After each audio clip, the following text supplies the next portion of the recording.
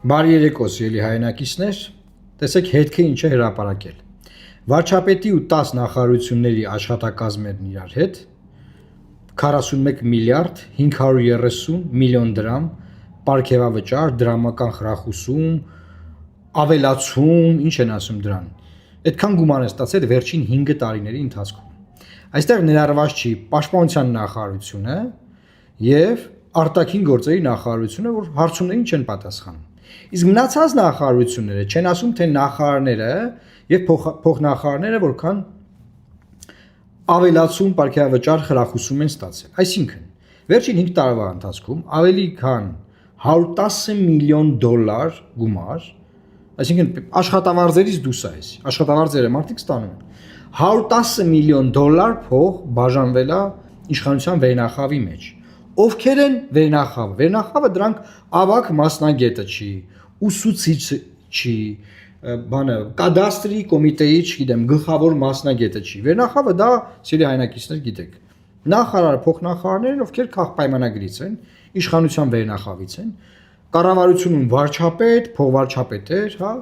եւ այստեղ ավելի շատ հետաքրքիր որ ԱԳՆ-ն չի հրապարակում։ Հիմա սիրելի հայրենակիցներ Վերջին 5 տարիների ընթացքում, այսինքն 110 միլիոն դոլար էս մարդիկ իրար մեջ բաժանել են։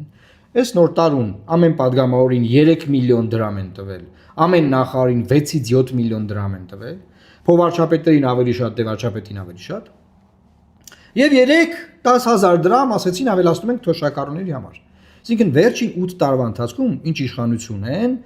երբեք թոշակը 10,000 դրամով չէր ավելացվել։ Այսինքն դա արվում է ընտրություններից 2-3 ամիս առաջ։ Եվ այդտեղ էլ մարդիկ ինձ հարց են տալի, ասում են,